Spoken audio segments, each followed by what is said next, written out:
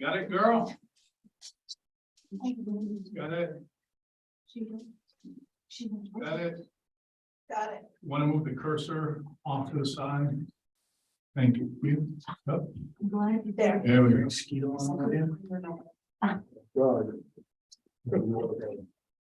Okay. And so the computer audio is now picking us up. So everybody just be aware. I think we have everybody here. Good so far. Okay. Want to do the, Yep, 6 p.m. we'll call this meeting to order. allegiance to the flag of the United States of America and to the republic for which it stands, one nation, under God, indivisible, with liberty and justice for all.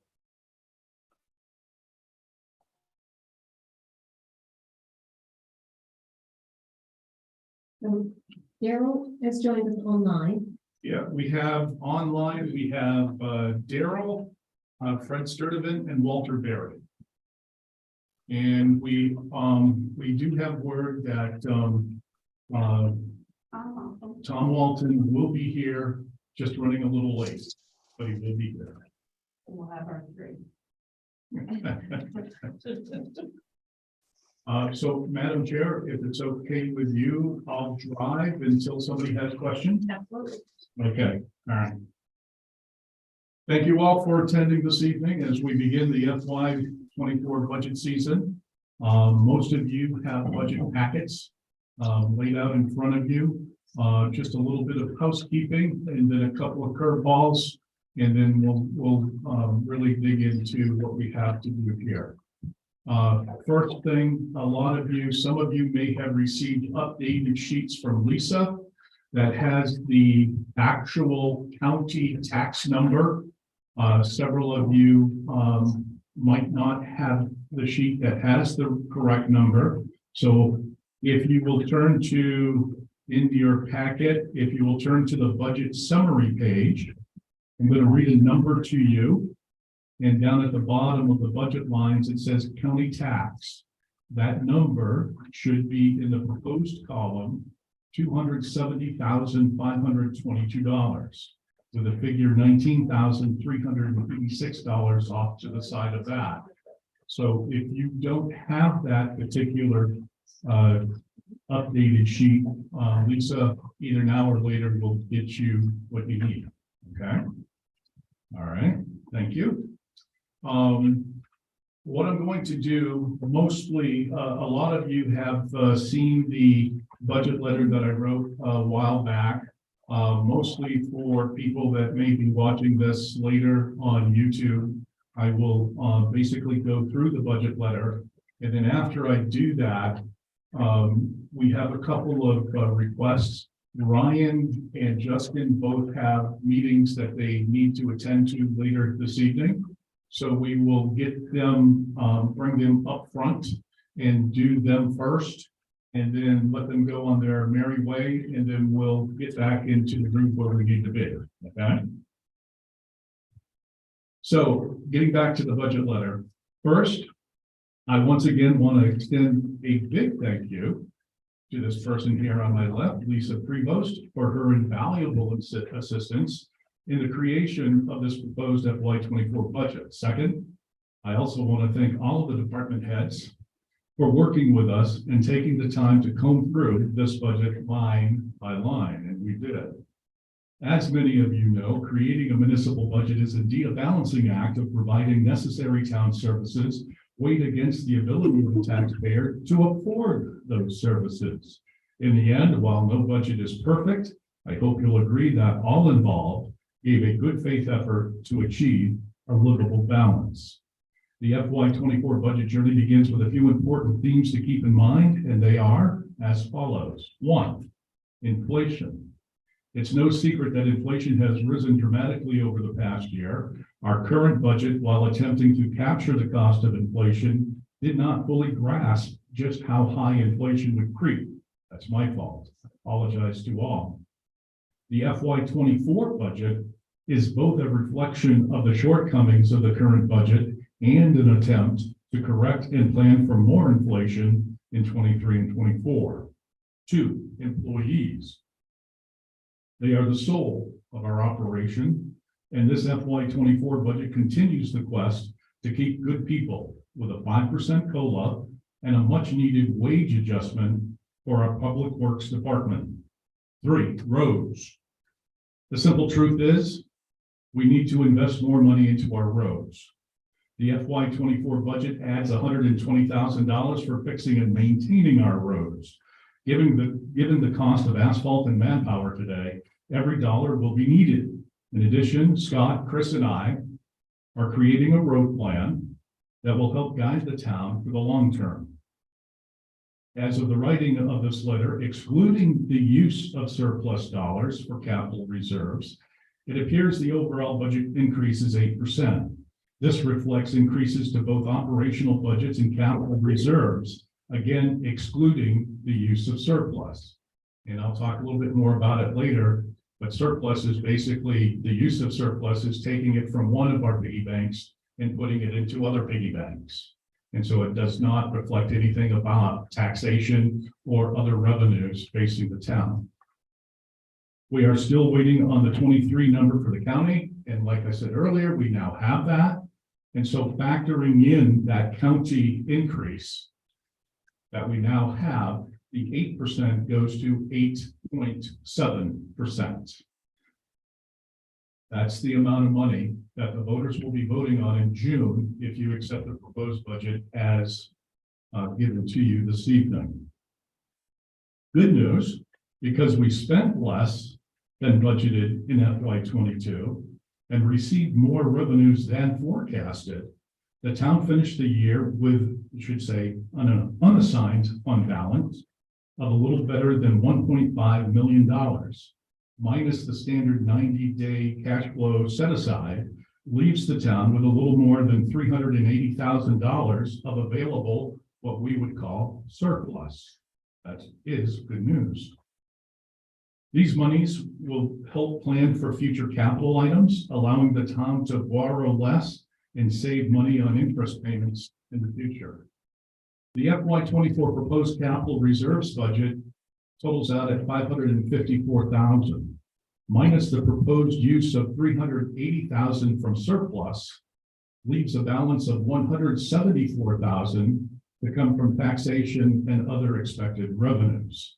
On the revenue side, we continue to forecast with a conservative eye, and trust me, you really do want us to be conservative when it comes to forecasting excise taxes, all the other different lines, because we can quickly get in trouble if we think it's going to be here and it's actually down here, then we have a shortfall, and that's not good. So we did do a good conservative look at this. We estimate FY24 total revenues to be just under $1.4 million. This includes all estimated state and local revenue sources. I will say that when Lisa and I sat down to do that, I haven't seen an updated state revenue figure as of yet. Somewhere over these next couple of months, we should receive updated information from the state. And so that may cause a last second adjustment, especially when we do the tax commitment in August. But for budgeting purposes, we're going to go with the current active budget number that we have from the state. And a reminder to all, it is normal and commonplace for some of these presented numbers to change as a part of the budget process. Better and updated information can result in a line item number change, as well as further direction from the council or budget committee. We will do our best to keep everyone informed and up to date with the latest and greatest information. Look forward to working with you on completing the Town of Mechanic Falls FY24 budget. Feel free to reach out to me with any concerns. All right, so that covers that. Now we're going to ask, unless somebody has a question, I'm going to move on to Ryan's budget, code budget. So I'd like to direct everybody in their budget packets to turn to, at the bottom of the page, it will say CEO 10. So about 10 pages in, you will see the code enforcement budget. I'll give everybody just a second to get there. And Madam Chair, I think what I'm going to do is I'll just go through the highlights because you all can see the numbers in front of you.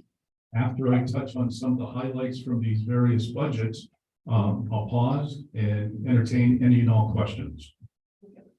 Sounds good. All right, so looking at the code enforcement budget for FY '24, what I would direct you to the top number of $64,570. It's an increase of $7,100. A lot of that has to do with the salary and overtime for Ryan, our code enforcement officer. By the way, just as an aside, it's almost unheard of for somebody to join a municipality in the month of May and to become fully certified in code enforcement. What was it, Ryan? October, November? Something like that. Yeah, Ryan is a sharp cookie and he deserves our thanks. Thank you, Ryan. And as you can see, there are a couple other small changes in through the budget. We have added a line item to his budget that I should take a moment on. Towards the bottom of this, it says contracted services, annual codification fee. We moved this annual fee from the administration budget to the code budget because code is really, it's what the codification is for. It's for our ordinances. So it makes sense that it would live here. So that's his budget. I don't know if he would like to say anything or if you guys have any questions. Oh, Why did we take training and travel out of this budget? training and travel is still $2,000. Oh, okay. Yeah, so actually, it's a good thing for me to say. So the numbers that when you're looking at the page, the numbers off to the left-hand side give you the either the detailed number with the inset or the black and bold number, the total number for that particular category in the budget itself. Okay. And I see no legal in here. Is that because we compiled all the legal into its own line? now? That's right. Legal is its own budget. So it's back in its own budget. Yeah, as of the current year that we're in right now. Any other questions? Does anybody online have any questions? Daryl, you got anything? You good?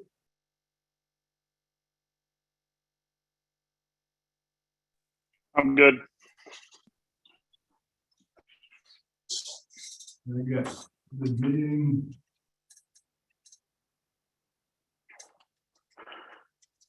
Okay, so I just admitted a couple of people. You're gonna say, okay. Yeah, if I could, just a couple more items on here. We're getting new code books. The state, you'll notice we allocated 300 for that. The state is adopting new codes for the IRC, IEC, so we need to update our books in the office. Right now, we're on the 2015, so they will be adopting either 2018 or 2021. So that's why that's there. And then also, I know we budgeted low for the sort of miscellaneous stuff, but our revenue from citations did increase substantially this year. I believe we're probably above 6,000. I think we budgeted for 1,000. So You got some today. yes, we got 4,600 today.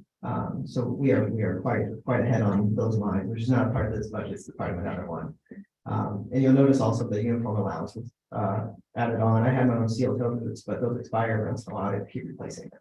And that is a requirement when I'm on certain sites. I have to have steel toe boots, hard hat, safety vests, all expire. Public Works was kind enough to give me a safety vest, and then I ordered a hard hat online. But again, you have to update that stuff every once in a while. All set? Yeah, that's all I had. All right, kill the mic. Thank you. All right, if nobody else has anything else for Ryan, we will move on to Justin and Jay for the rec department in the current budget and in the proposed budget has one line in the entire budget in the capital reserve accounts. And I would direct everybody's attention in their packet to the CIP page 25. So it's really towards the rear of the packet. I'll give everybody just a second or two to get there. In the current line item budget, in the current budget, that line item says $12,000. And in the proposed line, it says 15,000. And I think it's probably wise to let one of these gentlemen step up to the microphone and explain the difference for 12 to 15.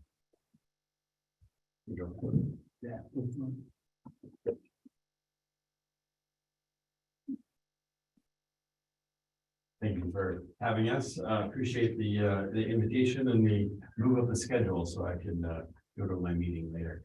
Yeah, so as Vic mentioned, there are, additional costs to some of the different, it's not programs right now. The reason that we're in the CIP budget as opposed to the operational budget is none of the money that comes from anything from the town actually goes to support any of the programming. So for example, I don't ask to buy basketball or softballs with CIP money. That's all money that's raised from either registration or from sponsorship.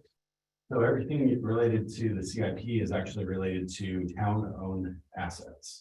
So those are all back here. And we've been really fortunate to use the money that has been given us over the years to improve the fields and the facilities in general, whether that be, making sure that they're watered properly or playable with the right turf and field mix, et cetera.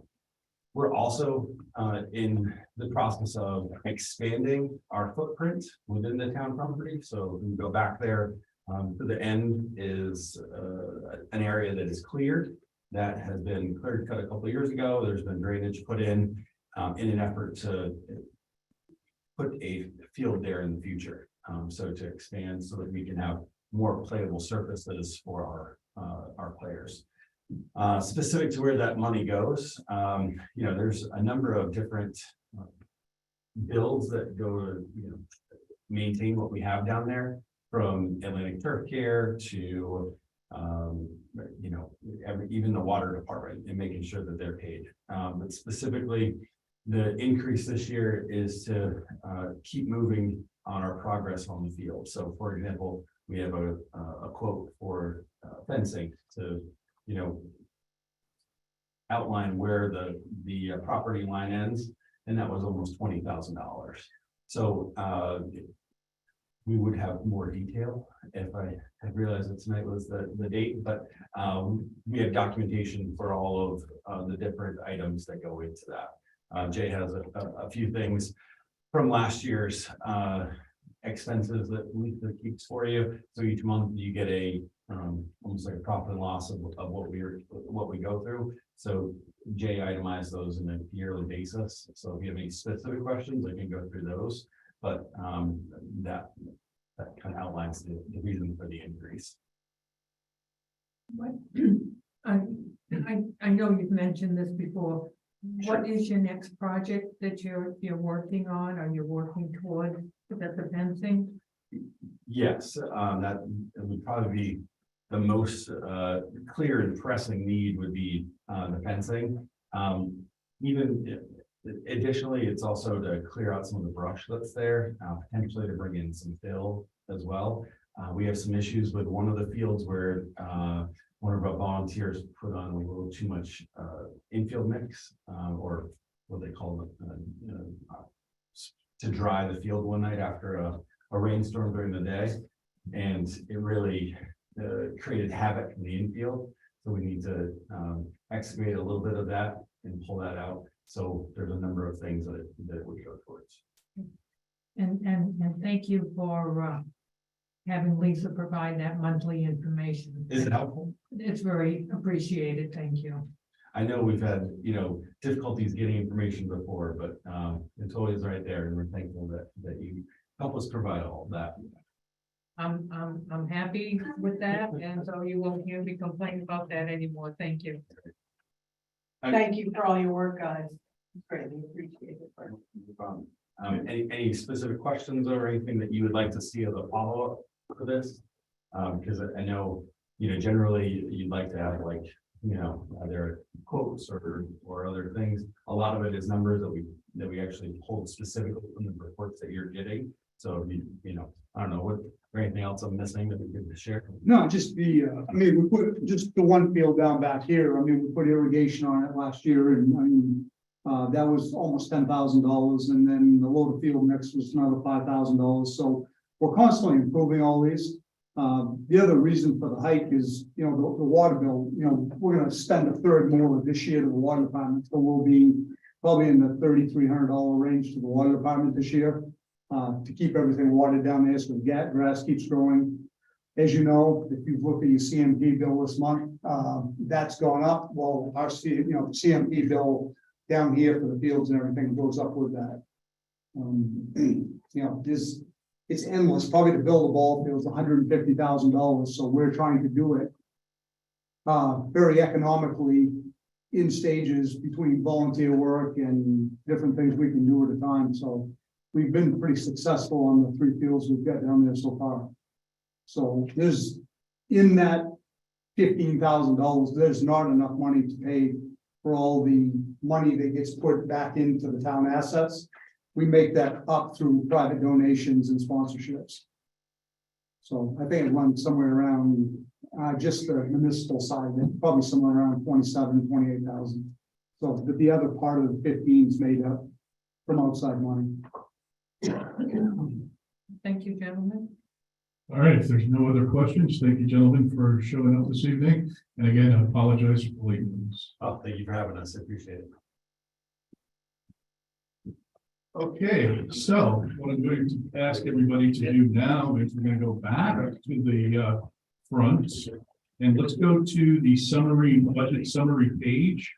And what I'm going to do is I'm going to pick through in relative fashion. I'll make some comments on some of these budgets.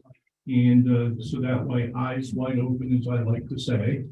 And then once we're through the budget summary page, then we'll dive into all the other pages in the budget itself.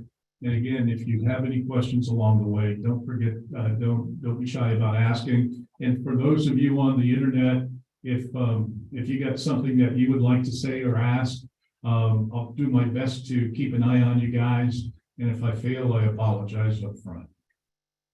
All right, so on the budget summary page, we'll just start at the top and tick right down through.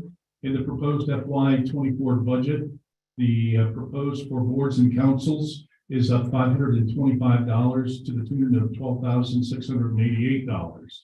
Legal services will remain the same at $15,000. Municipal complex has been our bear in the current fiscal year and a little bit last year too, actually. The proposed budget for the municipal complex moves to $129,824. That's an increase of $20,638. And you'll see why when we get to the page. And it's not shocking to learn that a lot of it's going to be inflation-esque. Towns and clerks elections budget proposed FY24 goes to $113,684. An increase of just over $5,400. Administration proposed goes to $141,036, an increase of just under $5,000.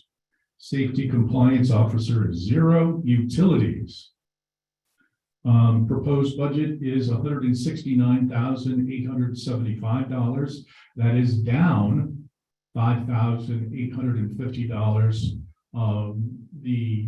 The reason why it's down, and it's a conservative guesstimate on our part based on the equation of the LED lighting scenario. And so the interesting thing is that we're saving money with the LED lights, even at even right now, CMP has us at and not leasing the equipment, but owning the equipment. And that tier allows for a nice amount of savings currently. But the interesting thing is that the other components of CMP, the price of power, we know has gone up. So as we've decreased, we've got an automatic offset. And because we're not at the full conclusion of our final audit with CMP in real term, I'm not willing, I want to take it conservative. So conservatively, we're figuring around $5,800 in savings, and we're hoping for a lot more this time next year. Does that include an increase in the oil? That's just for, well, when we get to the utilities page, you'll see it all broken out.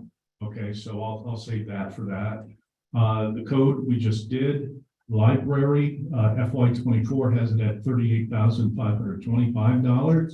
Thank you, Nancy, an increase of only $1,166. Social services welfare, FY '24 has it at $7,500. It's an increase of $2,500. And the upshot of that is, if somebody legitimately qualifies for GA, we have to provide that service. And even if that figure was $50,000, the town would still have to do it. We eventually get reimbursed 70% from the state. Lisa and I are calculating that some of these programs that have been around since COVID, post-COVID, are starting to wean away. And so instead of being caught short, I think it makes sense to plan it at 7,500. We're not there in the current budget, so we do have available room still in the $5,000 budget for the current year, but the end of the oil season is coming, and that's where we got hit hard last year. Assessor. The assessor for FY '24 moves to $28,250. That's an increase of $2,500 for John O'Donnell and the good works that they do. The auditor, we pay $8,000 for the audits, but Lisa and I realized that they charged us for an extra something that they did. And so we built in a $500 buffer for the next something that they charge us for above and beyond the 8,000. So that's why that's 85. Was it to provide those books? No, I don't think so. It was some of the report. Do you want to comment?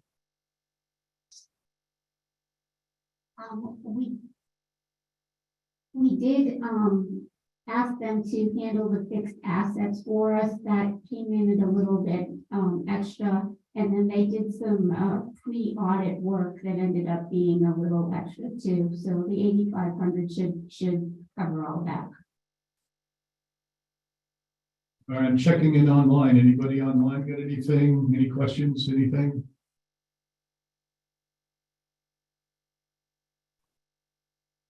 Not seeing anything, so I'm going to move on. Okay. Contingency stays at 10,000. We've been fortunate to this point. We haven't had to use it in the current budget.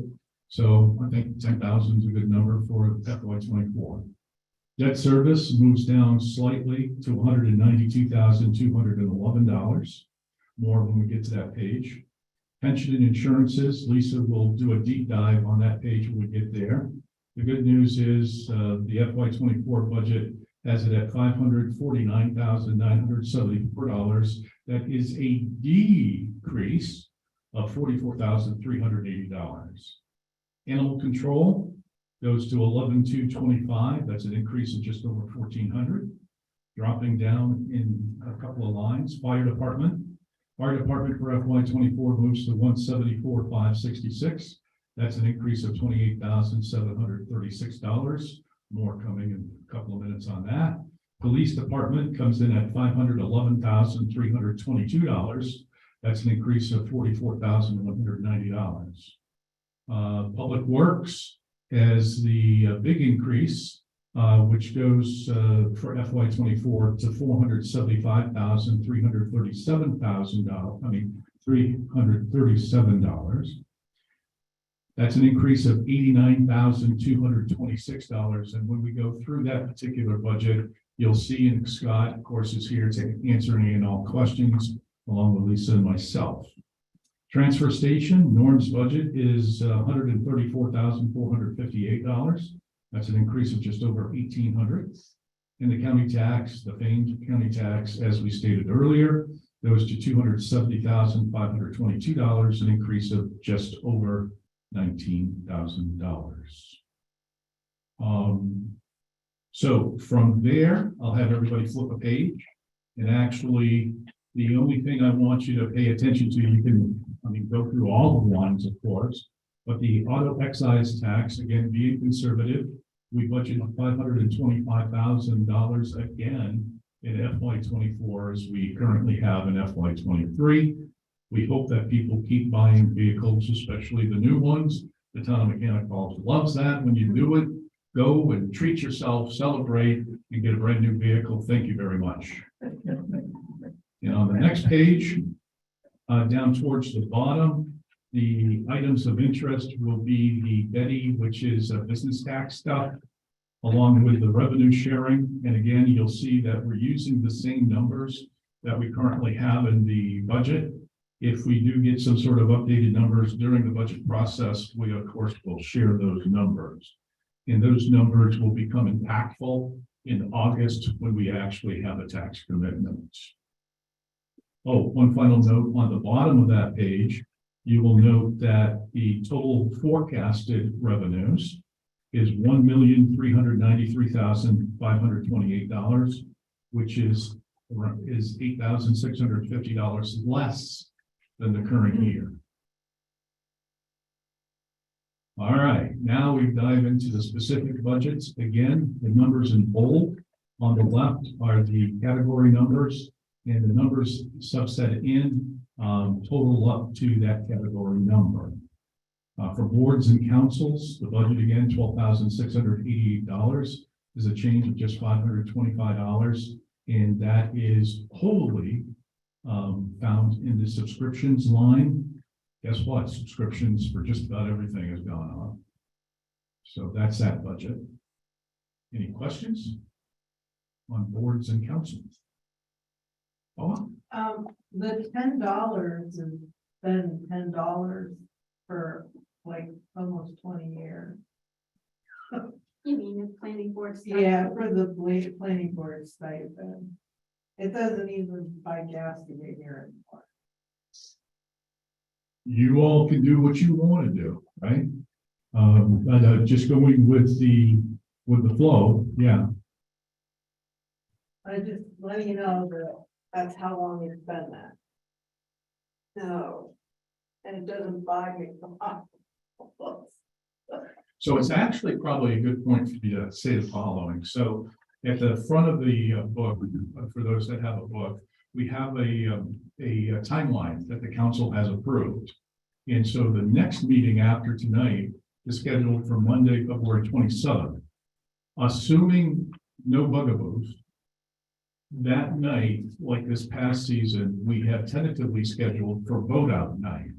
So any and all questions are really welcome this evening and anytime over the next couple of weeks and at the beginning of the meeting on the 27th. And if somebody wants to hit the pause button and really go and have a lot of questions and conversations about changing numbers, certainly you can do that. Barring that, we would vote out on the 27th, and then per Paula's suggestion, not wait until March 20th to do the joint budget council public hearing, but to do that at the March 6th council meeting as a part of that evening's festivities. So just to kind of lay the groundwork here a little bit. All right, any other questions on boards and councils? All right. Who's Tom Walton is here. Tom, Hello. why don't you have a seat at the table, sir? Okay. And we do all have to be patient with the deaf over here.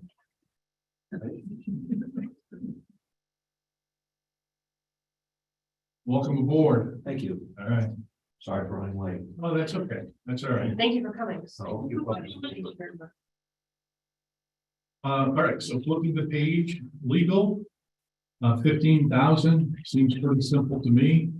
Unless anybody has any questions, we'll move on. Municipal complex. It gets a little bit more complex. $129,824 is the proposed number. That's a change of $20,638. And when you tool down through here, you will see some of these categories do have increases. The largest increases are for utilities. which includes Central Maine Power, our regular CMP bills, along with the water department charges, some of the other stuff you all can see there in the sanitary district as well. The other big category is operating supplies. And again, so this, whenever we get into the conversation of fuels, here's for the right and wrong of it, here's what this FY24 budget reflects. And Tom, I'm glad you're here. I should have listened to you last season. I'm sorry, you were right. Should have budgeted more money for fuels and whatnot. So obviously we have some corrections to do in that category throughout all of these budgets. And what I asked Lisa to do last summer when things were at their worst and we were receiving deliveries, I asked Lisa to, and all the different department heads with their budgets to use the pricing that was at its worst. Because if it happened this past summer, thought process being, it can happen again. And so that's how this budget is laid out from stem to stern when it comes to pricing out our fuels. And sitting down with the department heads, some of the gallonages, that's a word, along the way have been modified. And it's actually helped in certain instances. But the operating supplies of $11,791 increase is substantial and a lot to do with that. The interesting thing, contracted services, because we do try to save money, and in several categories we are saving money. I asked that the water department let us out of our third-year contract with GIS. We had a $2,000 expense in our budget for that. We're not using it. So it's something that they use every day. And so we're off the hook for $2,000 there. Lisa and others will tell you that I have worked very hard at trying to save money in IT. The IT budget is down a little bit. And some odds and ends here and there brings that category down $4,280. So that's it for municipal complex. Entertain any and all questions? Now I see that you figured heating oil at $3.80. You know, it's currently at 4. Yeah, but municipalities get a. So we don't pay the taxes on it unless you. We're exempt from taxes, so we took the highest price that we were paying. And at the time we were putting this together, it was actually $3.80 a gallon. Any other questions on municipal complex? Hearing none, seeing none, move on.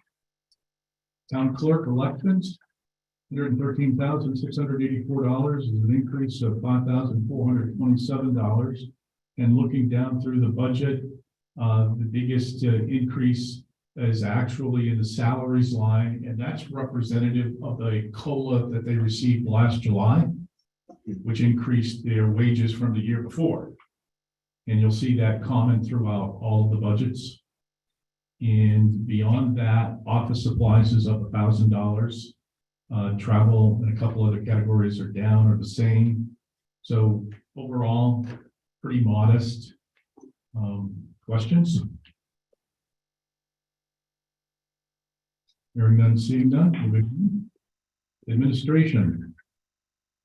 FY24 as it at $136,200. I'm sorry, top line $141,036. That's an increase of $4,758. Again, reflective to what my contract will be in FY24, along with Lisa's pay bump from last July. Other than that, you'll see a little decrease. The codification fee moved to the code enforcement budget for subscriptions. And that pretty much is it, really. Questions? Rose? As we're going through here, Vic, and I appreciate you being conservative. Are we being too conservative? Do we play, catch up? I guess, In terms of expenses or revenues? In- expenses, I guess, yeah. I am comfortable that we all have been through the budget here and when we sat down with department heads and Lisa and I sat down to work on the other budgets, I wanted to make sure that we really did factor the inflation thing. Now, if inflation goes to 15-20%, well, we got egg on my face again, right?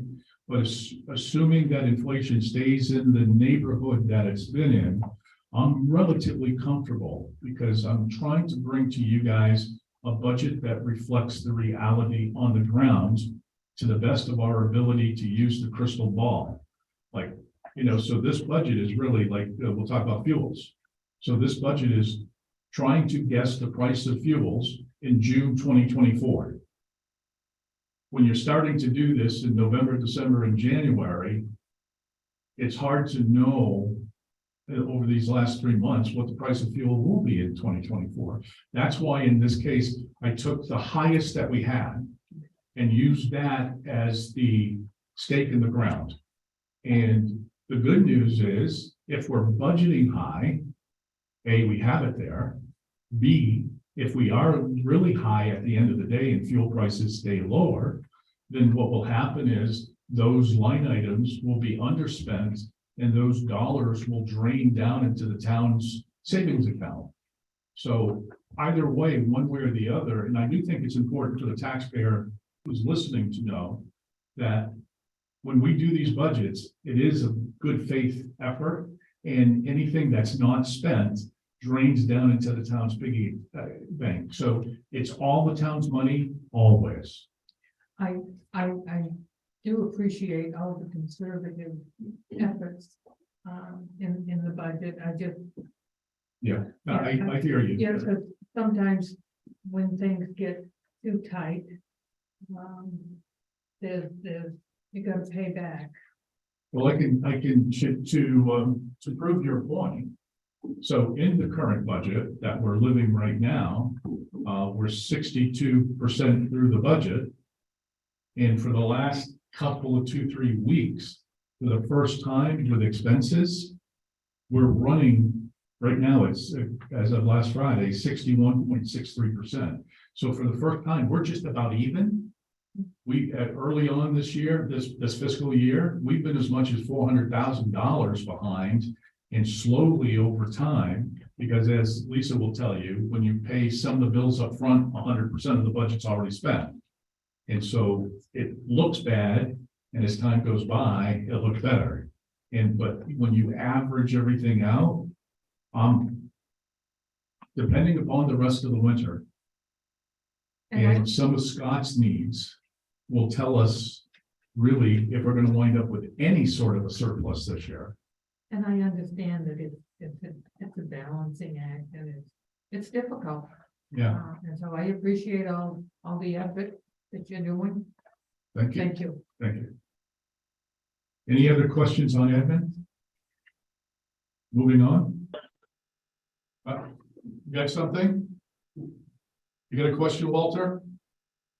No, I'm all set. All set? Okay. Yep.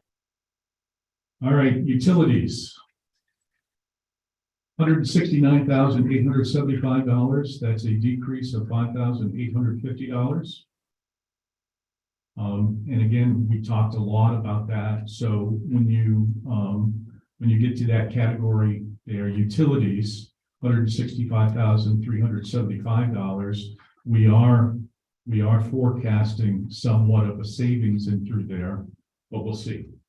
Is there a contributing factor to that situation? Yeah, so there's two good questions. There are two things. One, as we've executed the game plan, converting the town to LED streetlights, there are two different tiers of savings. We've completed the first tier. And secondly, though, as our expenses have come down from utilities for street lighting, the organic cost of power has gone up. So it's been a mitigating thing, good news, bad news, right? That's one element. The other element is, and the council knows this, that we have one final hurdle to do before we can say the project is 100% done.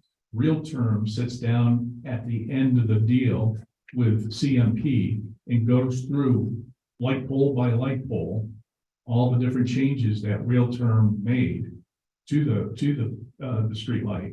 And then CMP records that. And then after they agree on everything, then CMP gives us, right now, we're still at sodium pricing for the streetlights.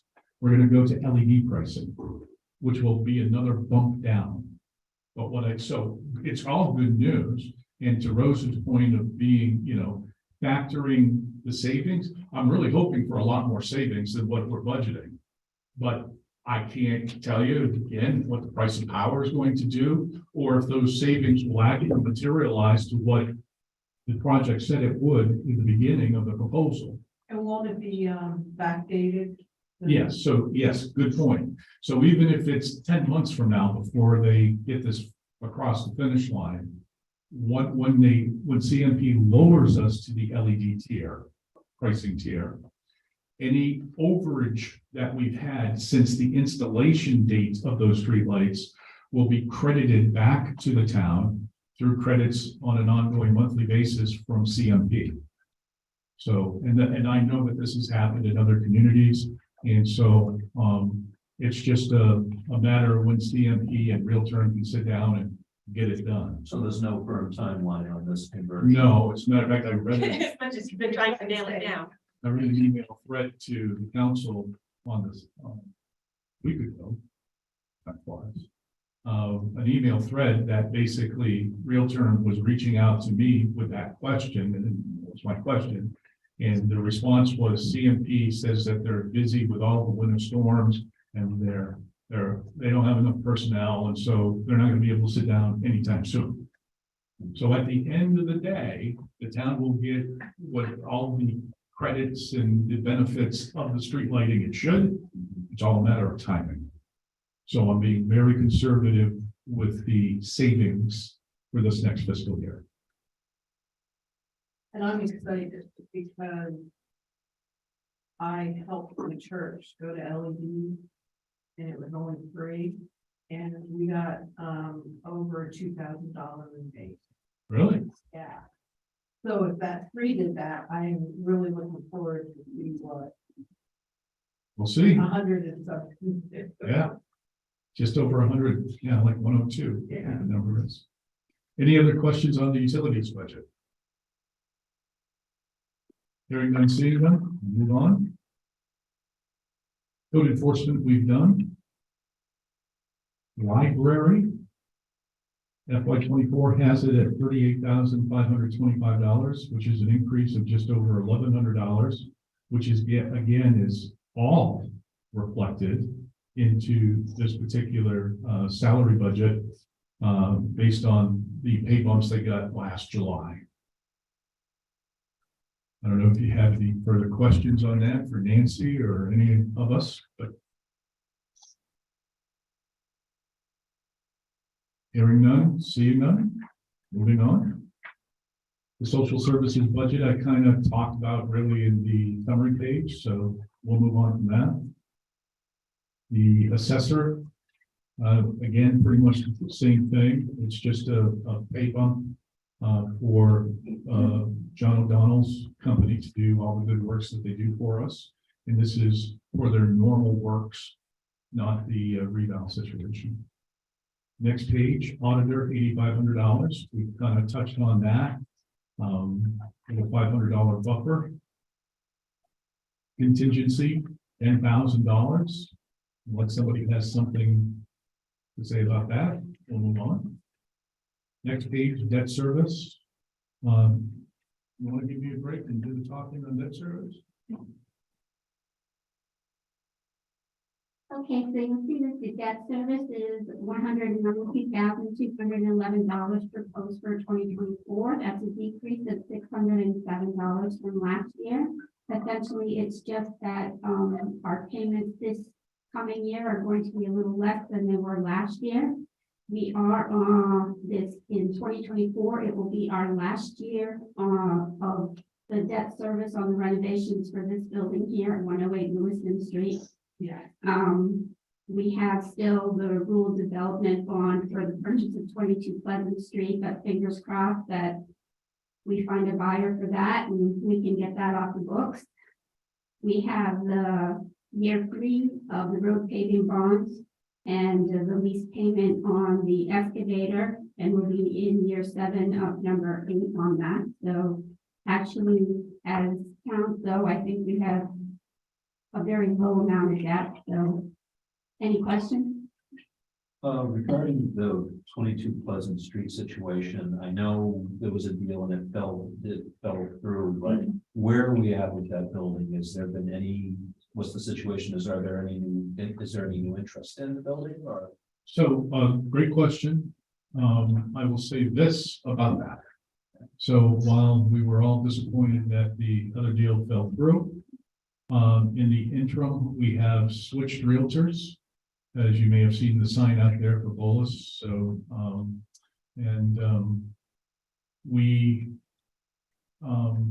Ryan and I were part of a showing of the building last week.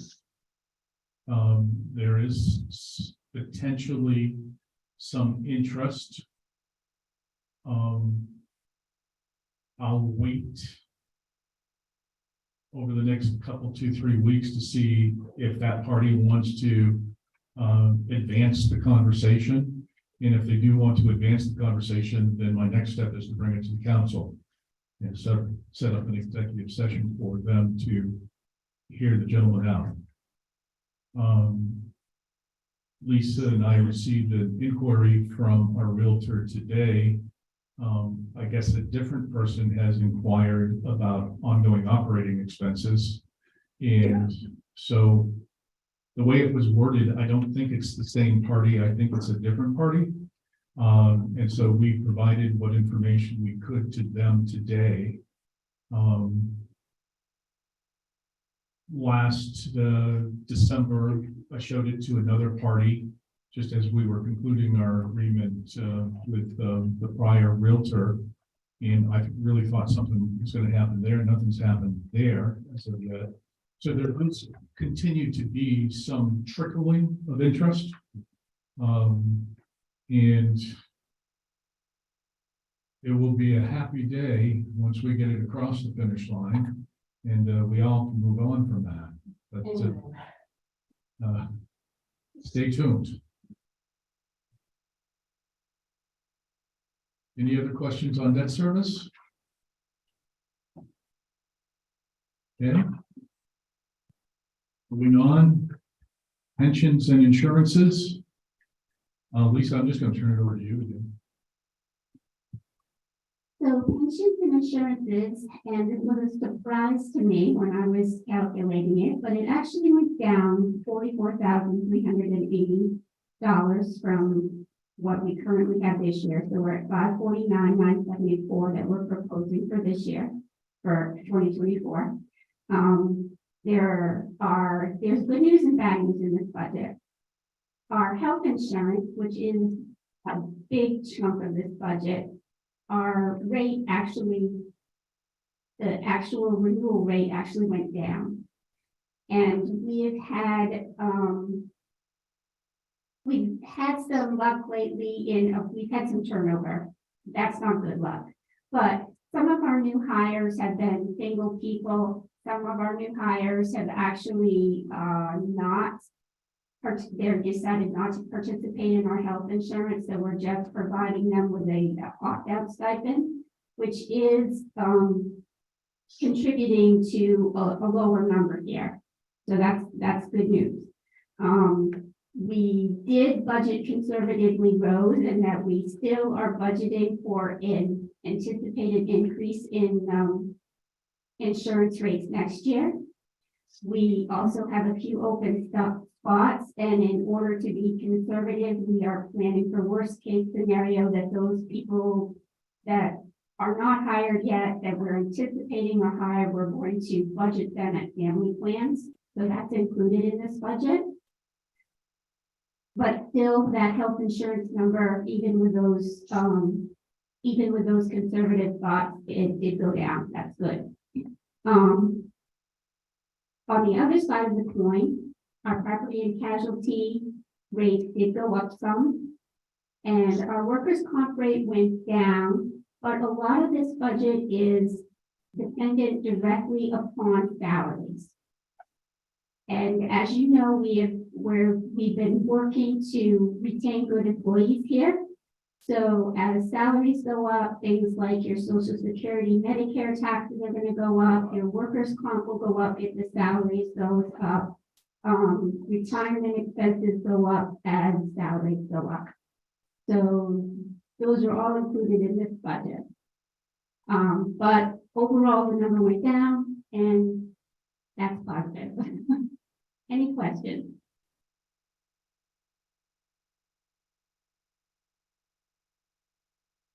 Anything online? Hearing none, seeing none, we'll move on. Animal control, FY 24, $11,225, an increase of just over $1,400. Pretty straightforward. Any questions? Okay. Fire Rescue Department. $174,566. That's an increase of $28,736. The big categories, salaries, we have more man hours in there. And I don't know if John wants to speak to some of these line increases in through the budget. Operating goes up $2,500, motor vehicle $5,270, and contracted services $91.66. Do you want to do the? I think you should. He's on. Is Fred still there? Yeah. Hey Fred, do you want to talk a minute about the Poland PSAP fee? Can you do that? The Poland PSA. Oh, what? Auburn's going to be charged in Poland. You mean? Yeah, the $8,500. You want to explain, because that's a new fee that everybody should know about. And I think you, Fred, or worst case scenario, John, should explain to the folks what that's about.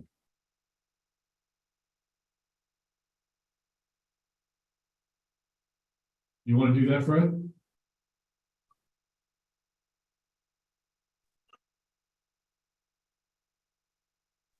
Oh, yeah, here we go. Sorry. Yeah. When I'm up in the county, it's a little slow getting down to you.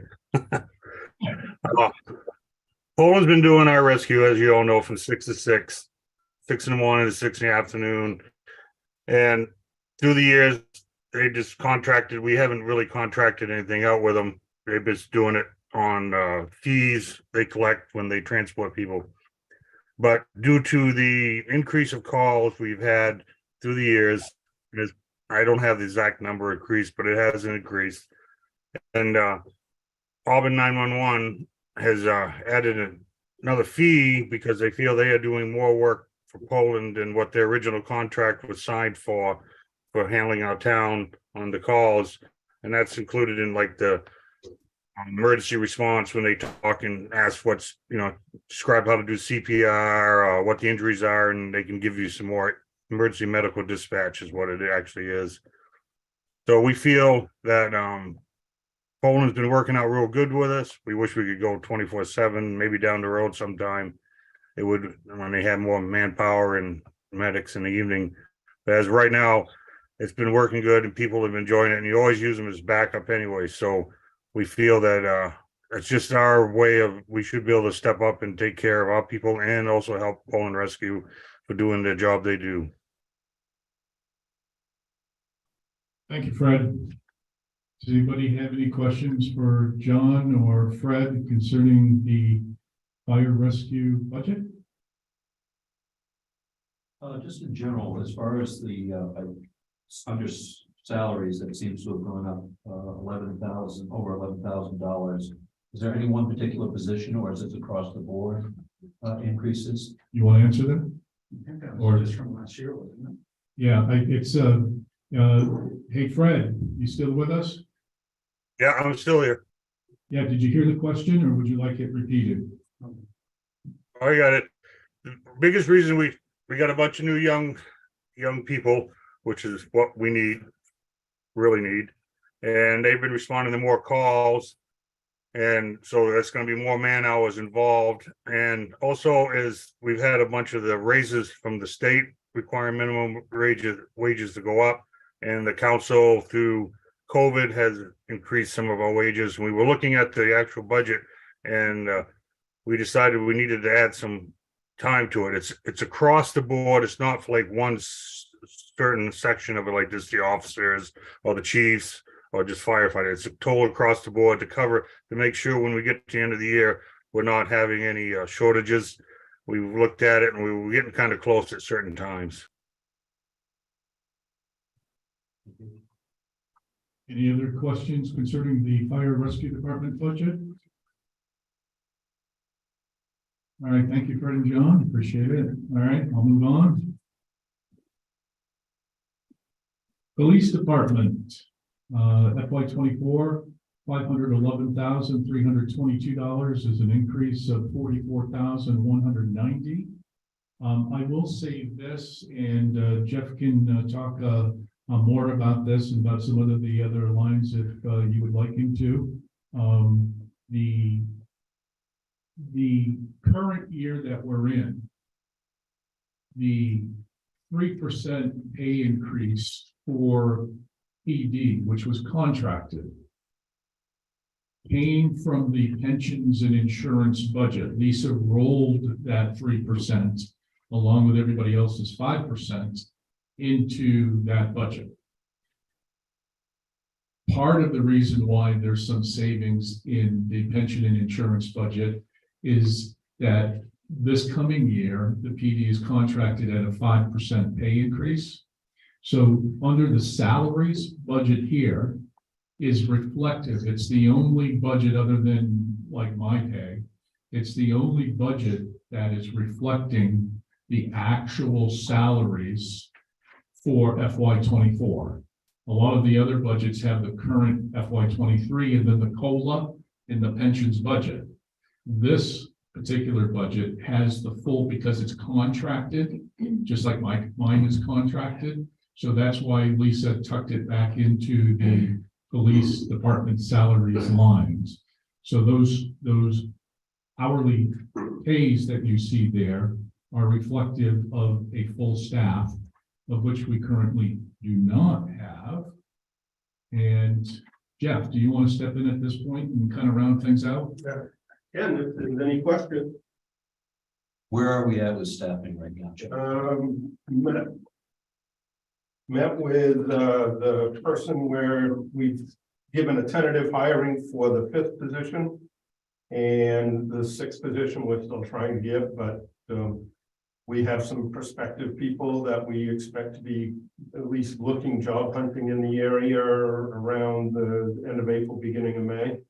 Because of schooling, they'll be graduating and they've shown some interest. So we're hoping by July 1st, we'll have the number 6 position on board.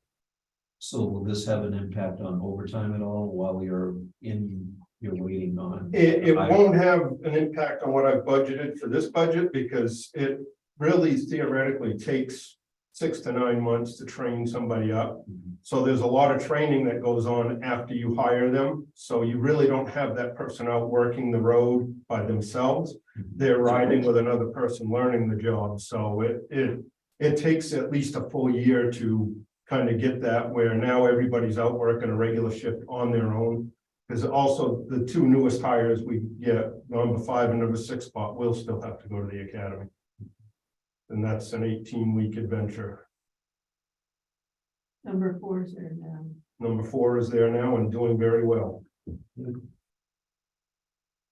terms of the cruisers that you have right now, are there any everything's looking good as far as the vehicles go at the present time. Yeah. There's no issues. Nope, we're operating with our newest car, which was picked up, I don't know exactly when it was around July or August. And the other car is still the hybrid car we got from the one that got wrecked. That one's still running good. Fair enough. Okay. Anything else? When was the last time Michelle got a raise of any kind? You can speak to that. Michelle does get a raise every year. Her raise isn't reflected in this budget. Her raise, because it's not contracted, is in the P and I budget under the COLA. Okay. Just wanted to make sure. Oh, we'll take care of it. Hear that out of you, so make that error. Any other questions? But before I let Jeff go, you should know something. The gentleman standing there in front of you, for the last several weeks, if not months, has pulled, working like 11 days in a row. Working, think about that. And we're talking 12-hour shifts here. He has stepped up to the plate. And I gotta tell you, I think we all owe Jeff and Paul and the rest of the staff a round of applause.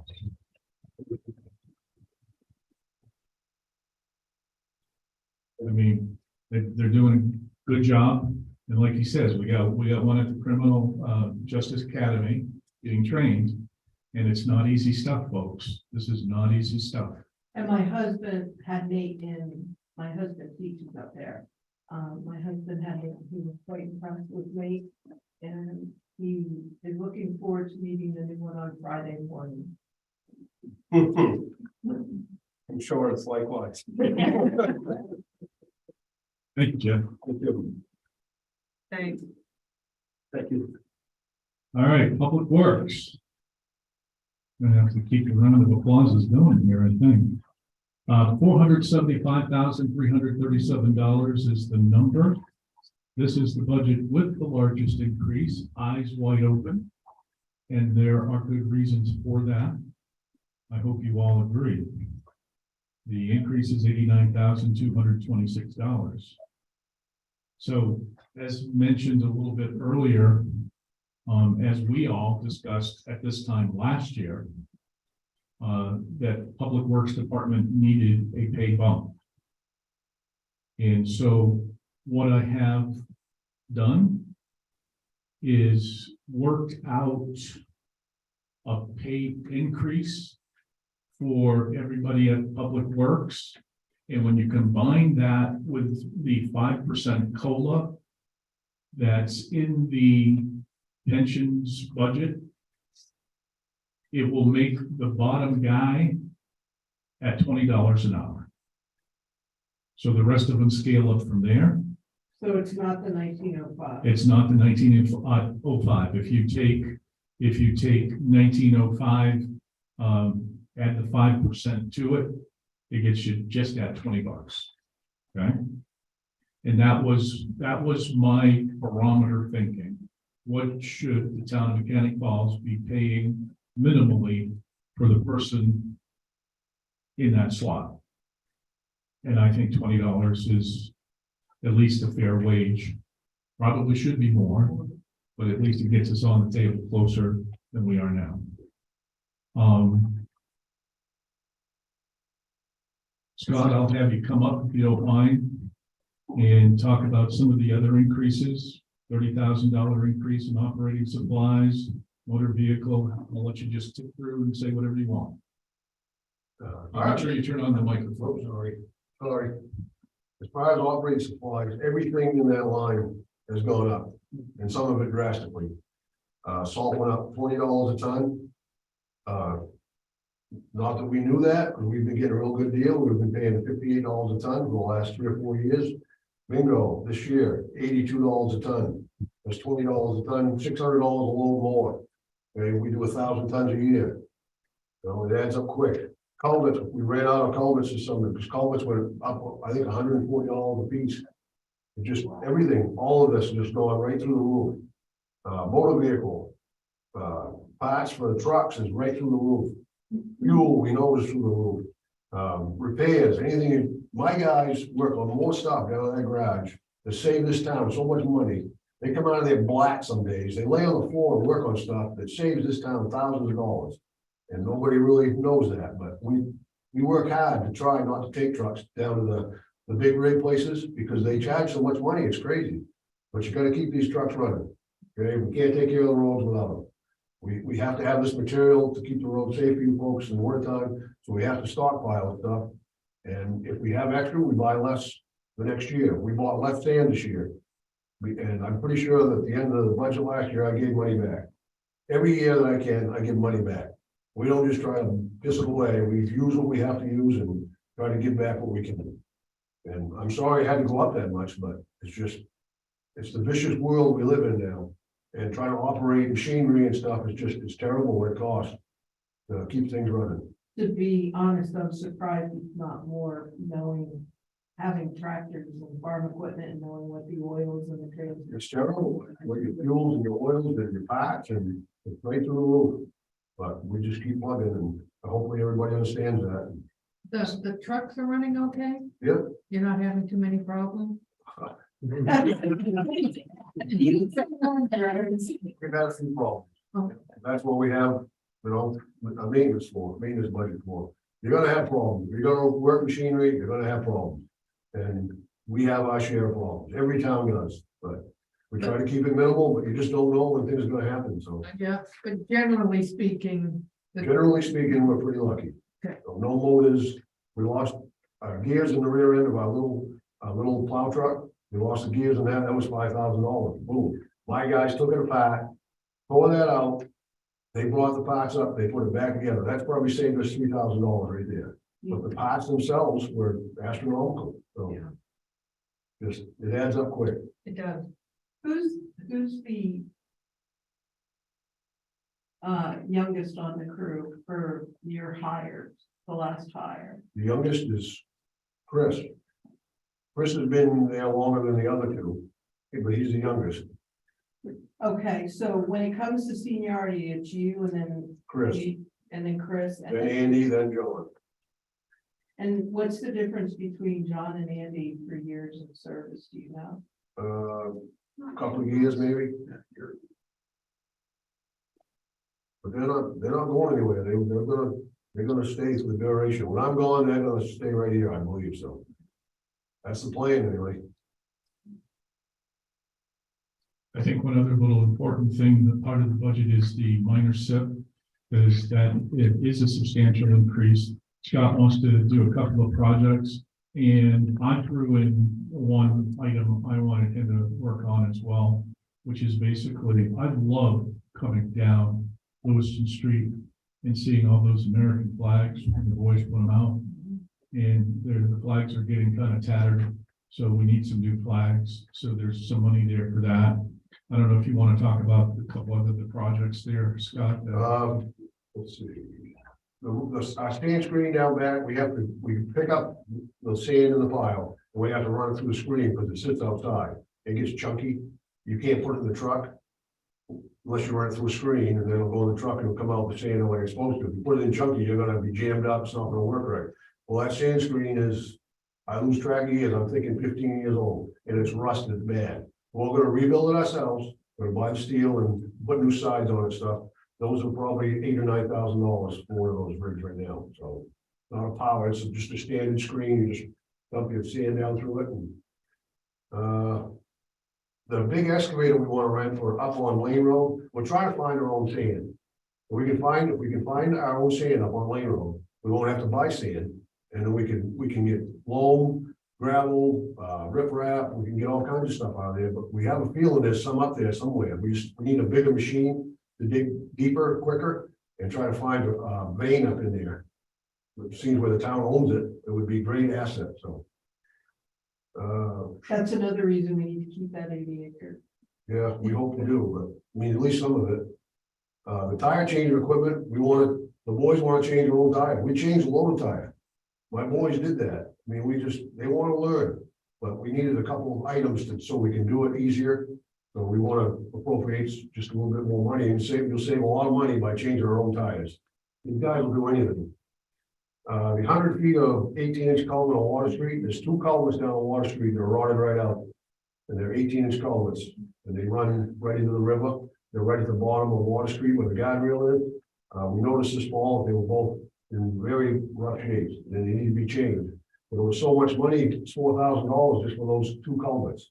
There's one section has 3 and one has 2. But culverts have gone up so much, they're like almost $1,000 a piece just for a culvert. But you can get them, right? Oh, yeah, we can get them. Yep, but I put it as CIP instead of putting it in my culvert budget, so we don't churn up that up. So, Is there anything that's really difficult to come by that you have to wait on? Your truck. Our truck is being built. It should be in our possession in a Viking Chavez in March. We'll probably have it in May or June. The parts are sitting down there waiting for it, but the truck is almost built. We've been waiting over a year now. Over a year, yeah. Yep. And the old Max still chugging along, so we're pretty lucky. And just one final thing, again, you know, these guys, when they work these storms, they're working 24 hours at least. We did two 24 hours in a week. I mean, I tell the boys we take a nap in the middle of the night, just try to sleep down there garage, okay? All right, we call it sleeping, it's not really sleeping, but we rest for a little while, you know, get out of the truck, you know, lay down, close your eyes. But we did a couple 24-hour stints in 1 week. We got those 3 storms that week. That was a bad one, but you know, nothing compared to what the police department's doing, but it wears on you. So for Scott and the boys, Thank the boys. We all set? Just a quick question on the road striping on Jordan Road. Is that a new project? Or Yeah, start adding some more roads. That's a very heavily traveled road. Gordon and Patterson, they fly down that road. It'd be nice to have a stripe there. I just wanted to add that this year, and maybe as the years go, we'll add, you know. You have a list of priorities as far as striping goes? We do Wayne Road, Elm Street, North Street, around the corner on Highland Avenue where that back corner is, and on Libby Road where that back corner is. That's all we do right now. But I'd like to add Jordan Road. Okay. Very good, thank you. You're welcome. all right, thank you, Scott. Yep. All right, moving on. Transfer station. FY 24 has it at $134,458. A very tiny increase. Thank you, Norm. Just over $1,800. You notice in the middle of the budget, there is a little bait and switch here, eyes wide open. In the middle, it says repairs, $1,500, and that's a $4,000 decrease. It is, and it isn't. After sitting down with Norm and Lisa, we're going to have conversations with the council and everybody moving forward about the compactor there and other repairs that are going to need to be done over time, and actually a new compactor coming into the equation at some point in the near future. But it dawned on me that if we had this at $5,500 for repairs, but if we don't use it, then it goes down into the undesignated fund balance.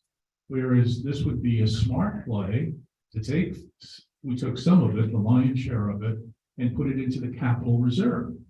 Because the capital reserve does not drain down. And if we know we're going to have this expense in the future, but $4,000 ain't going to get it done. But still, it's the thought process of working smarter for the long term. And so that's why that $4,000 goes away in that line item, but you will see it popping its head in the capital reserve budget, okay? And contracted services up 2,300. I will say that Norm and I take great pride in the fact that our water testing has gone from 3 times a year to 2 times a year. So that's saving the town, you know, a couple, $2,000-$3,000 annually right there. I don't know if you want to talk about anything else, Norm, up to you. No, Good? I'm good. Okay, all right. Anybody got any questions for us concerning the transfer station budget? Hearing none, seeing none, moving on. Ooh, capital improvement budget, here we go. Be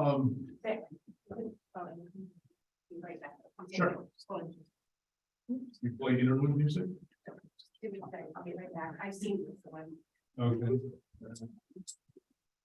So I'm actually going to do a little preamble more for the budget committee and for anybody watching this later on the internet.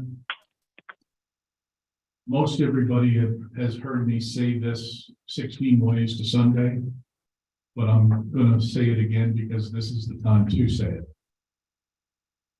This capital improvement budget, these capital reserve accounts, there's a delicate dance going on in this budget here. You all get to decide.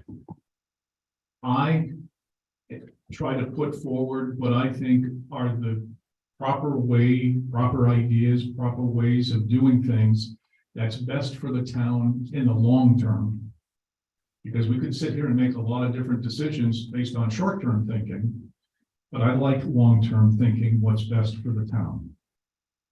And as we go through some of these line items, this is where the surplus dollars comes into conversation. You all last year heard me say that the one area I think that needs some love and attention and a fix in how we go about our business and creating budgets is that the capital budget, the capital reserve budget, should be a budget like any other budget that stands on its own through the taxpayer and other revenues.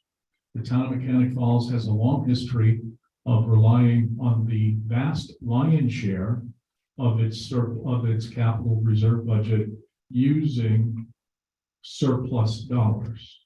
My question then, my question today, my question tomorrow will continue to be the following. What happens? It's great if we have surplus dollars, but what happens to the town in that year that we don't have surplus dollars to throw at capital reserve accounts? Then the town has an emergency 2 or 3 ways of thinking. A, increase the mill rate dramatically to create a proper capital reserve budget. 2, ignore it all and just go with a very tiny capital reserve budget or some offing in between. I am taking the eyes wide open approach. Each year over the next few years, I want to incrementally add the pain of that budget onto the taxpayer and other revenues. This budget, as we saw in my opening letter, basically takes what you guys approved last June in the tune of $94,050 for the taxpayer and other reserve and other revenues. And I'm asking the town in this fiscal year to increase that to $174,000. So from $94,050 to $174,000. Yes, it's an increase. What I'm hoping you all will agree is to take that $174,000 and to marry it to the surplus dollars of the $380,000 that our accountant, our auditor, says that we have for legitimate surplus dollars, and create what you have here in front of you tonight, which is $554,000. Now I'll go down through this, but I'm actually going to start with one line item that is roads. Where is the road line? 120,000 public works. Yeah, there we go. Yes. So down towards the lower, thank you, Paula. Down towards the lower portion, you see a line item, 120,000 public works, roads, and crack sealing. Now, this is the delicate dance. So as a part of all of that thinking comes the next step, which is if you agree with me that the town's current model of bonding once every 5 years and spending $500,000 doing whatever road work that will do, and then spending the next 5 years paying it back and doing no road work, if you're happy and content with that, that's fine. This is your town. I'm trying to say, wait a minute, in this day and age, $500,000, while a great deal of money, doesn't really cut it, and you guys are going behind on your roads. And so what I propose is the following. I propose that this budget and every budget moving forward, we budget a baseline of 120,000. In my mind, it's 100,000 for road work, 20,000 for crack sealing. Maybe some years we don't do any crack sealing. Maybe some years we do more. Who the heck knows? That's to be decided down the road with the road plan that we're putting together and what's actually happening lifetime on our roads. But what I want to do is create this $120,000 of baseline moving forward. As Lisa stated earlier, this coming cycle will be year 3 of 5 paying back the current bond. So what I want to do is, once this bond is paid off 3 years from now, is to take that payment and to marry it to the 120. So now the town, as a baseline, will have $220,000 a year. Over a 5-year period of time, that's 1.1 million. So you'd be essentially doubling what you're spending today on roads. But that's not going to take effect for a few more years. That's one step. Another step to that, Scott and I and Chris have been working on a road plan. We still have some more homework to do. I've kind of drafted a 5-year road plan based on that information. And soon once probably the boys get some sleep and it's more spring weather, we'll sit down for a few minutes and we'll continue to work on that plan. But what I'd like to do this year with that $120,000, that assuming everybody agrees, it goes to vote, the voter says yes. I want to take that $120,000. I'm going to ask Scott very soon to get me a quote for putting a top coat on the road work that was done 2 years ago. This past summer, we did the Walker Road, or what was done of the Walker Road 2 years ago. I want to put a top coat on all the remaining roads that were done 2 years ago. So we take the 120,000, depending upon what the bid comes back. Maybe I'm all wet, maybe I'm way off base and we can't do it. I'd like to marry that 120 with some ARPA money.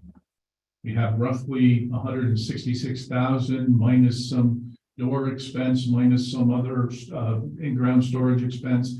So the math is the math. But using some ARPA dollars, if the council approves, with that 120, I'm hoping, based on a bid quote we got from Spencer last spring at this time, we'll finish putting a top coat on those roads that were done. While that's being done this summer, Scott and I and Chris continue to work on the road plan. We then next year start tackling the town's worst roads. I've asked the guys to grade the roads. We need some refining in their grading system, quite frankly, and we'll sit down and we'll do that. And we'll come up with a plan. I do not feel comfortable asking the taxpayer and asking everybody in town to spend more money on roads without having a damn plan to go by. So I am intent that we will have a plan should everybody agree with this thought process. And like I said, it's a delicate dance. You all can say, hey, Vic, fine, but no. Okay, this is, again, it's your town. But in doing what's right for the town, this will make putting a top coat on those roads will make those roads last a hell of a lot longer. And then we can start tackling the worst roads and hopefully eventually over the next several years, catch up and get into a space where we need to be. And so all of that is to lead us into the following. Thank you for listening, by the way. 100,000 for the municipal complex buildings, which is an increase of 75,000.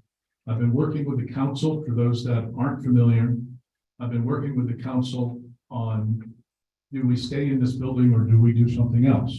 The main question. The council has back a structural engineer report that we paid to have done. And we are currently trying to chase some grant monies that could help us with making this building more energy efficient. A lot of chapters need to be written there. But based on this report, this building has quite a few wards that will need some love and attention, and that's going to take money. And my goal here is, as much as possible, yes, we will have to eventually bond some monies for maybe this building project or a fire truck or something, you know, there's probably going to be something eventually. But it's my sincere goal to have this town debt-free and to pay as you go. That's what I think is best for the town. I hate spending money on interest payments. You're just throwing money away. Think smarter and do it better. All right, next line, assessing. We are budgeting $8,000 for assessing, which is $2,000 less than the current budget. That $8,000 will get us over the $150,000 threshold that we need to pay McDonald's for the current reval that's going on. A new line item, while we own 22 Pleasant Street, it dawned on me last fall, what if something went wrong? We have no budget for this. I mean, what if, you know, the pipes all burst or the heating thing blew up or whatever? We got no money. The roof caved in. We got no money. So here's a brand new line item with a $10,000 budget for safety concerns and I should say capital reserve concerns for 22 Pleasant Street. Where would that roll to if we were to sell it in 2 months from now? That would stay there in that line item where it's a capital reserve budget until you guys, I would probably bring to you to move it. Probably to the town municipal complex line, makes sense. And you guys would take an action to do that or not. Next line item, $7,000 capital reserve. Computer. I'm sorry, computer reserve. I guess I'm getting a little tired here. $500 for library computers and office equipment for Nancy, just to make sure there's something in the till for her, in case she needs it. The $15,000 for rec, we've already spoken about. $85,000 for fire rescue department. So coming up in another few years, the town will be faced with purchasing some more fire trucks. We have money set aside for that. We have a good start, and this will kind of add to that and or whatever other general equipment they deem that they need. Why did we decrease it by $4,000? I just played with the numbers. Well, actually, there is a method to that madness. That in order to get that $4,000 to work for Norm, for the capital budget, Okay. because remember, we moved it from operating to capital. So that's where $4,000 comes from. Okay. It's a number. You guys can change these numbers, right? I mean, it's a number. Actually, we budgeted that $4,000 extra last year for them for both. So when we put the money aside this year, we took the $4,000 off for the boats. I see. So the 85 is what we generally put aside for fire and rescue. Okay. That's even a better answer. Excellent. Okay, next line item, 20,000 fire department air packs. So I don't know if you want Fred to chime in, but we need some air packs, and this 20,000 added to the 80,000 that's there will give them 100,000. And I think you'll find the fire department buying some air packs real soon. 22,000 for police department for cruiser. Again, it's my theory of trying to save for half a cruiser a year. And so that's what that 22,000 represents. And was there some hocus pocus that took that extra 500 off with this one as well? No hocus pocus, just 22 was gonna do it. Police equipment, $10,000, stays the same. Public Works equipment, $85,000, up $5,000. Sidewalks, Scott and I have had conversations about doing Elm Street sidewalk. We have some money set aside, $35,000 would help. I don't know if it's gonna get us over the threshold so we can actually do it or not, to be determined, but it certainly will get us closer. The 120 we spoke about, the $2,000 for streetlights.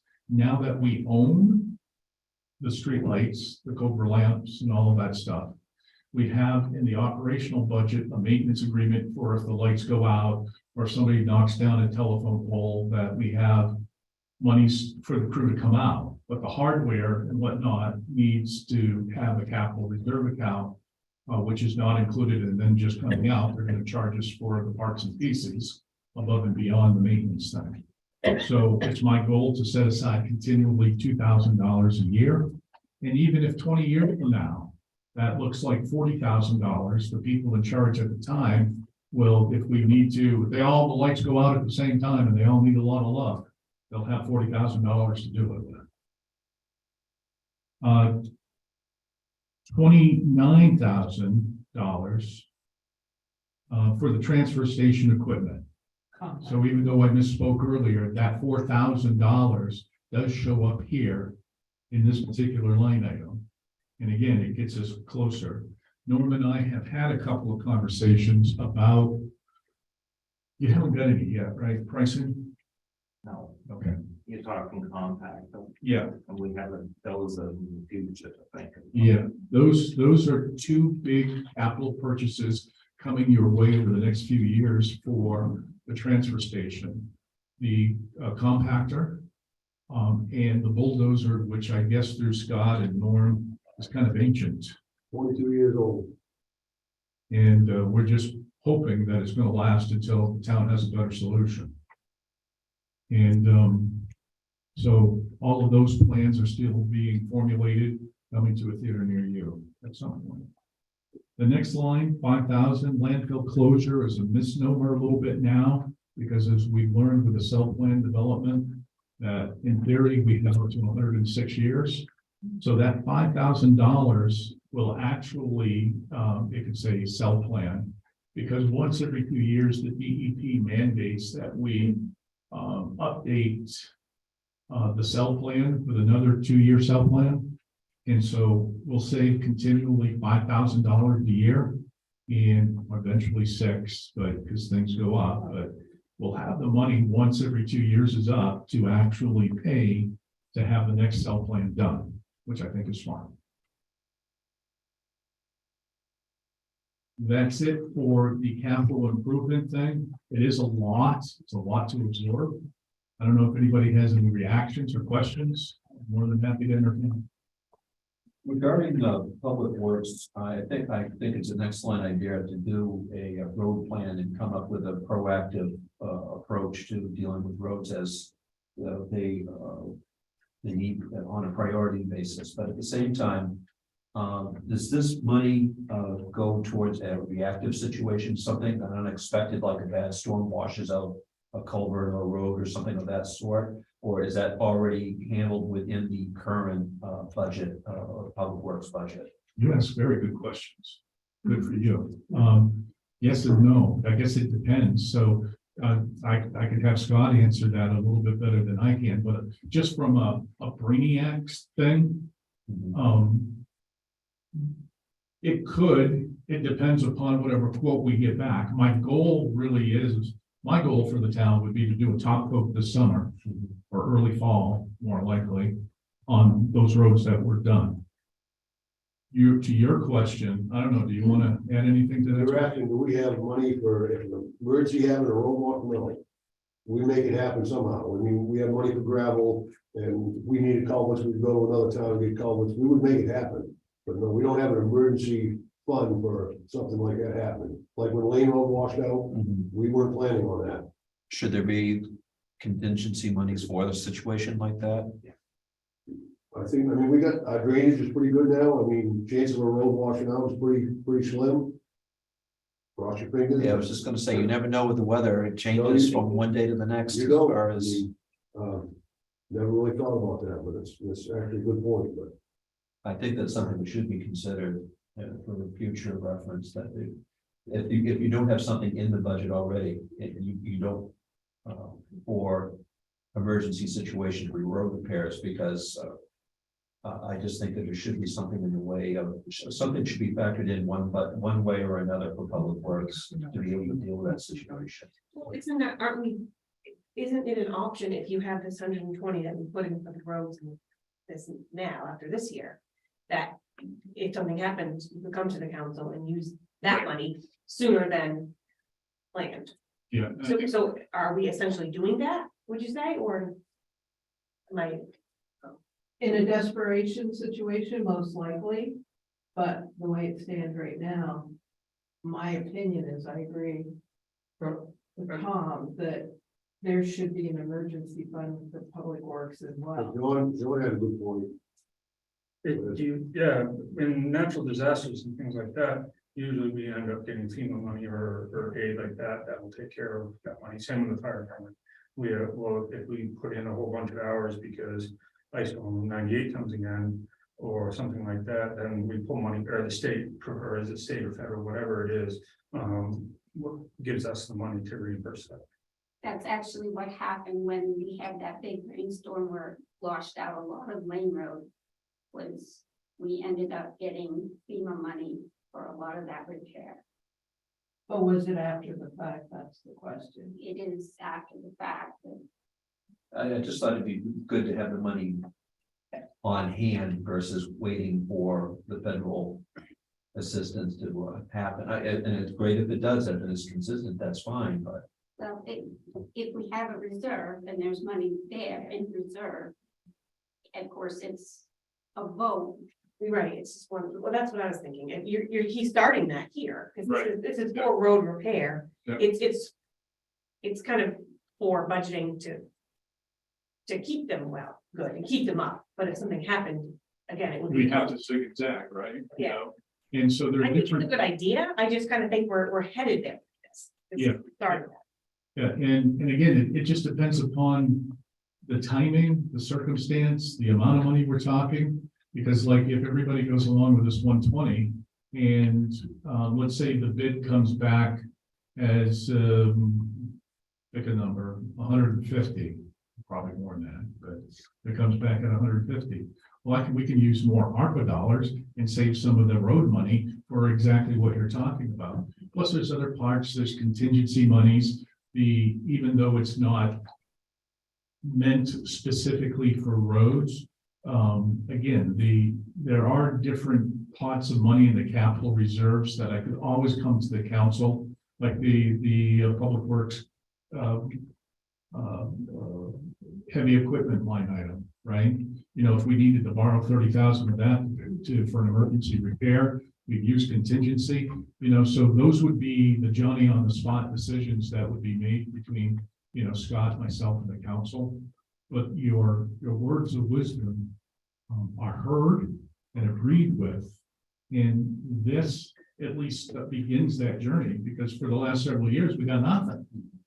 So at least having that 120, even though I have a game plan, you know, if we have a game plan for that 120, but yet something in May happens, and we can't do the top coat this year because we had to spend the $40,000 to fix whatever, you know, so, but I do hear you and agree with you. And we can always make 120 more. All right, any other questions concerning the capital improvement budget? And I'm sorry, I must have missed it when you went over it, but under recreation, what is the 12,000 increase for specific? And what type of, is this for equipment or field? For fields, yeah, so there's ongoing field development out back here. And what they want to do is take a new section of land and that's a part of all of this and further develop it. So it's a playing field with some options down the road. it was discussed earlier, John and Justin were here. They had to take off, so I had them go out of turn before you were here. I'm sorry. But the current budget has them at 12,000. They requested 15,000. Well, actually, they requested a little more, but we kept it at 15,000. And again, for you all to decide. But their major point that they wanted to have the world know is that the monies in the capital reserves goes to town land and or equipment. It's not the day-to-day operational budget of the rec department, which is funded solely by donations. So, and the council is now getting updated monthly reports on their operational budget, which I think the council likes. And so these $15,000 would go to their current line item to help them further develop the field. So this is the only town monies involved with. This is the only line item in the entire budget for them. For them, okay. Any other questions? All right, the next page is really simple. We've already talked about it. And we don't really get an option here. No. Yeah, Let us think we do. it would be interesting someday if the town voted no on this, right? Because it's its own warrant article, but at any rate, so yeah, $270,522. All right, that's the budget, folks. This is the only night that the department heads are going to be here. I don't know if you have any other comments or questions for them. Now would be the time.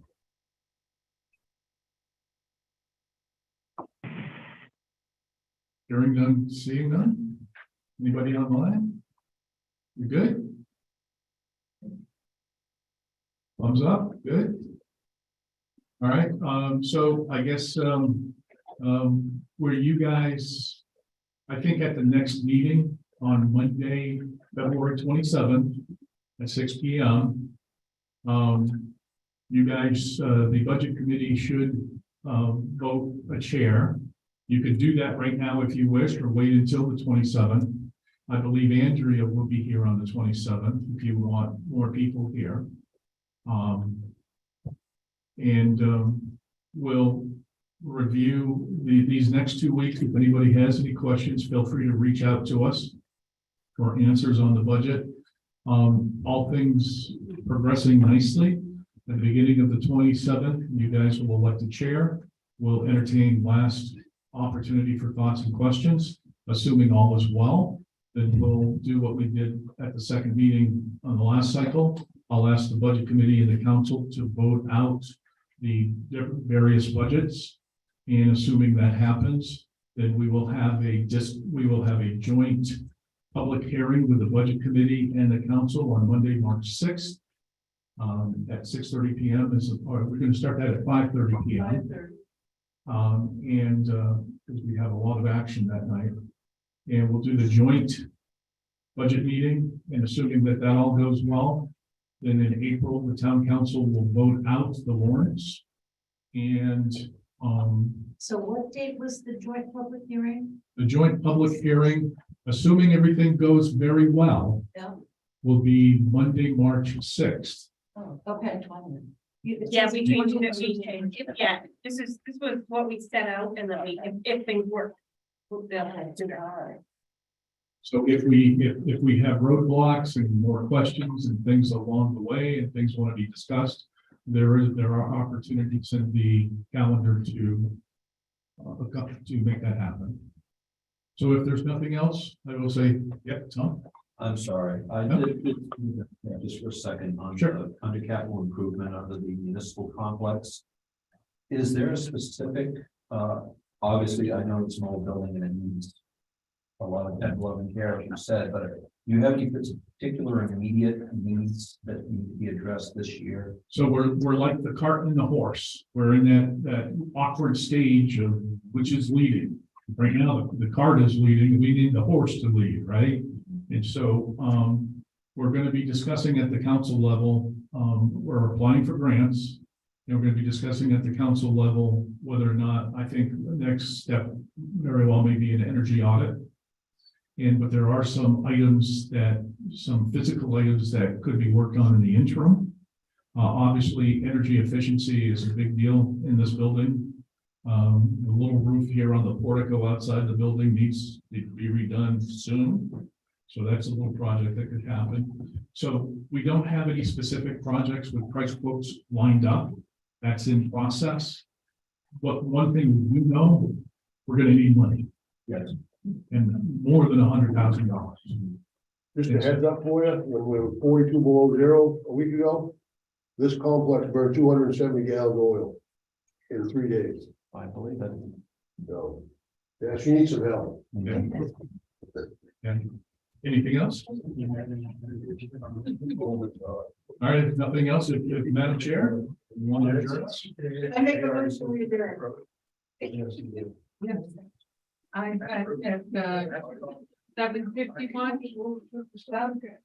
I second that one. All those in favor? Good night, folks. Good night, internet people.